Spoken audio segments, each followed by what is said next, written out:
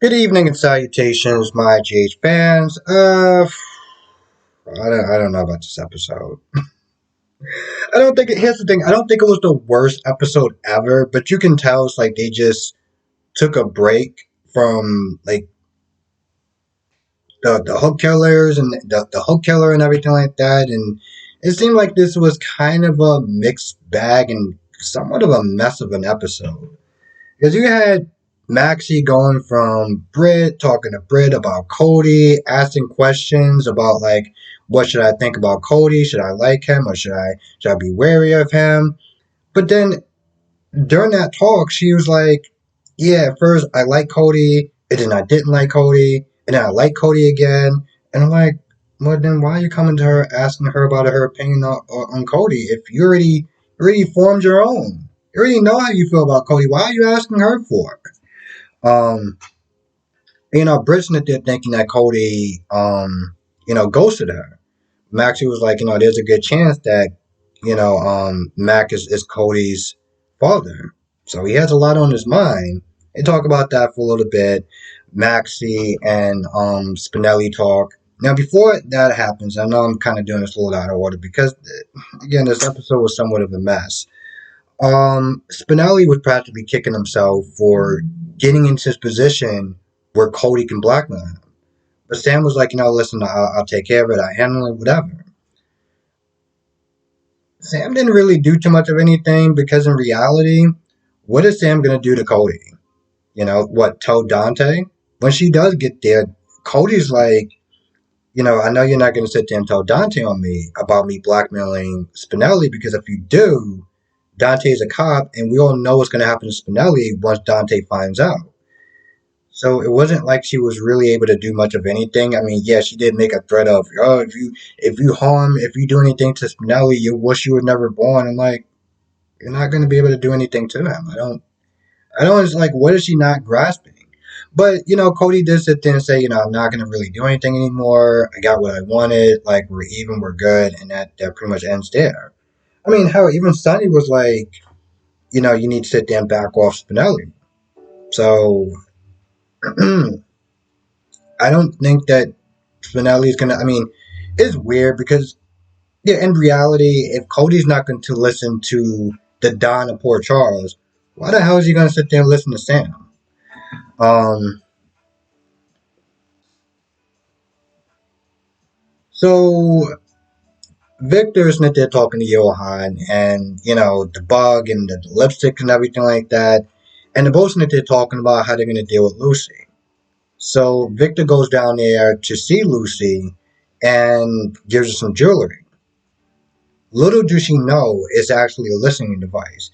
But as he's sitting there putting on like shiny, stuff on her and jewelry and stuff, Marty comes back. It's awkward as hell. And the minute that Victor leaves, Lucy's like, listen, the only reason why I was not there having any sort of attention with him is because Anna practically blackmailed her by, she couldn't get to, she was like, she couldn't get to you. When you left town, she came after me. Um, Murray he was pissed. He was like, "Yo, listen, what is this dude like doing all up on you and touching you and stuff like that?" But he did calm down.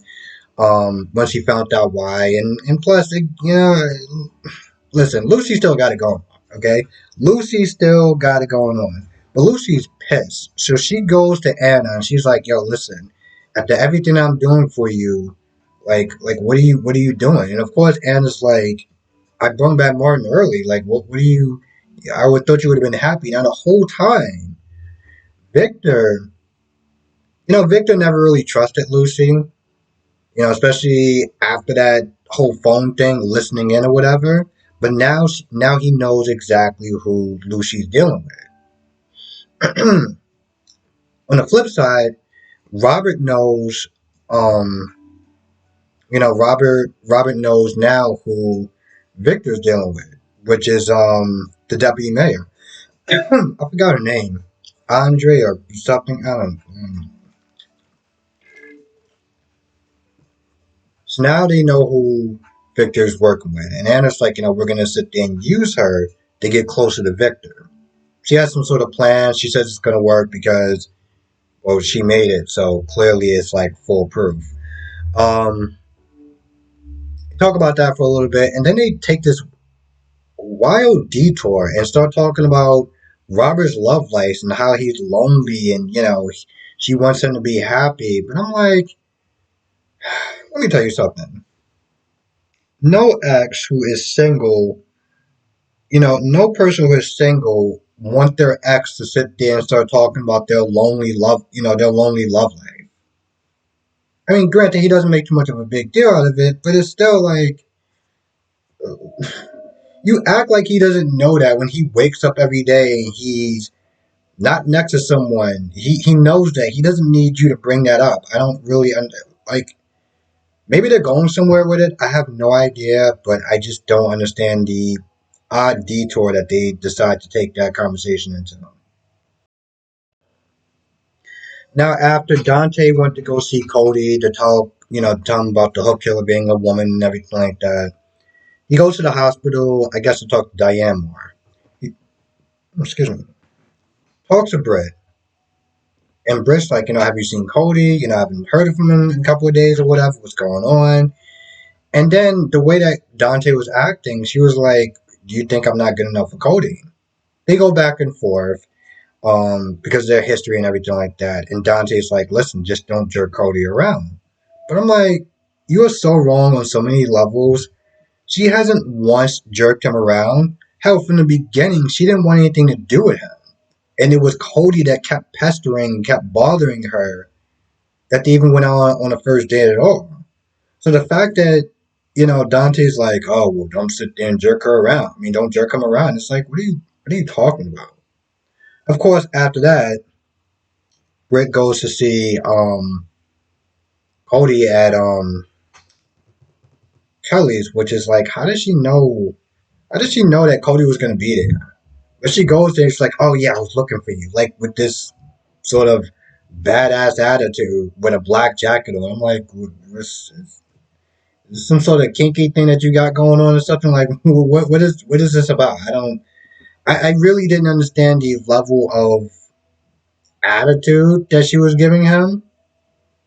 And in reality, you would sit there and think that she would be happy. I mean, yeah, she has an attraction towards him and everything like that, but it seems like for the most part, Cody has been getting on her nerves. So the fact that Cody backed off and she even understand why he backed off and hasn't talked to her for a little bit, you would think that she would be like, oh, okay, I don't get it.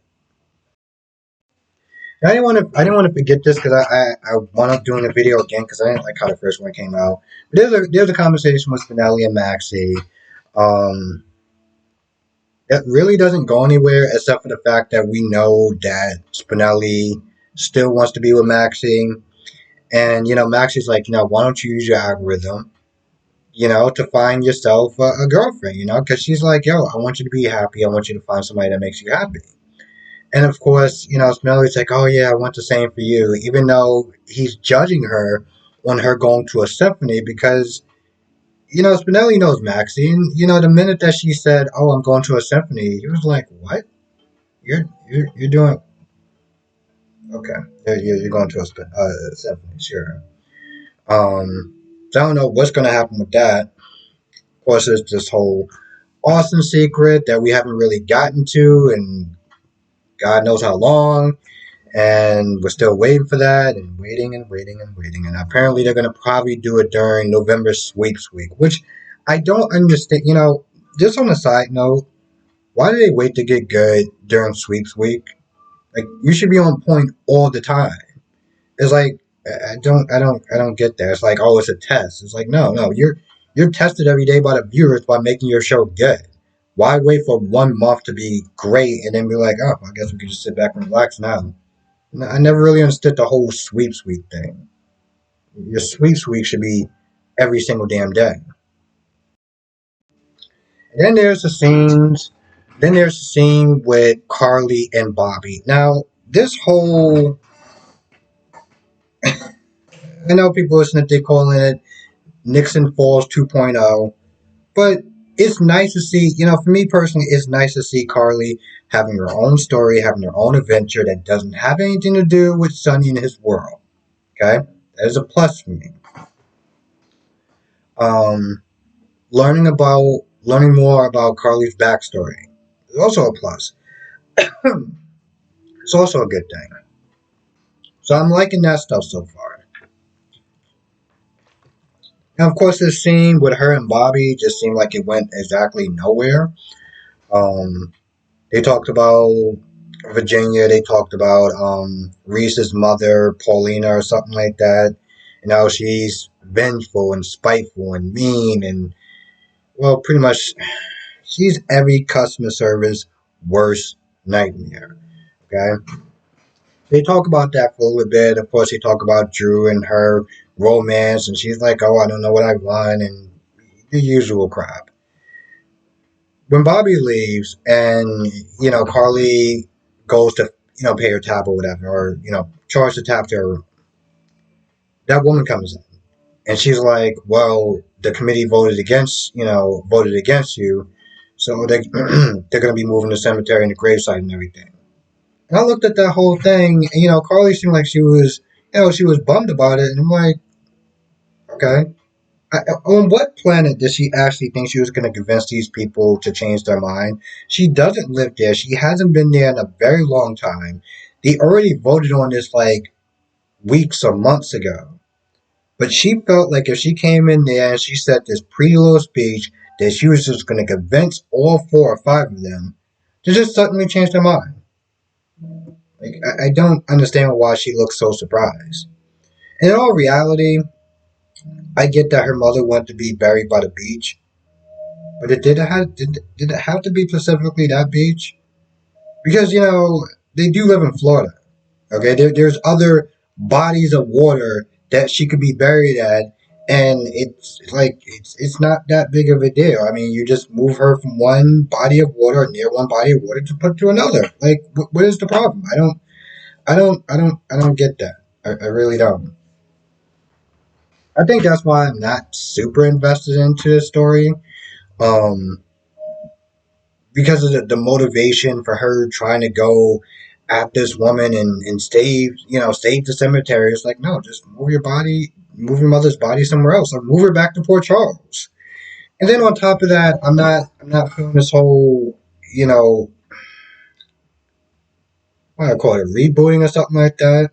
I mean, come on. We know that Reese was alive because we know if you've been watching the show for a long time, she dated Sonny.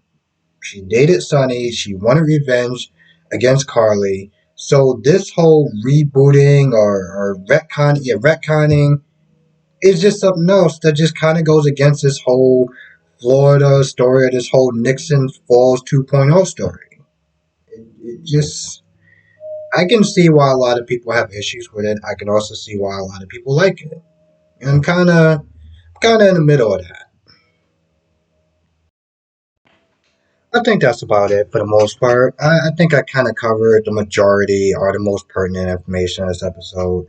I've come to realize that with these episodes, they're very, and I've said this all the time, they're very character motivated. They're very character driven.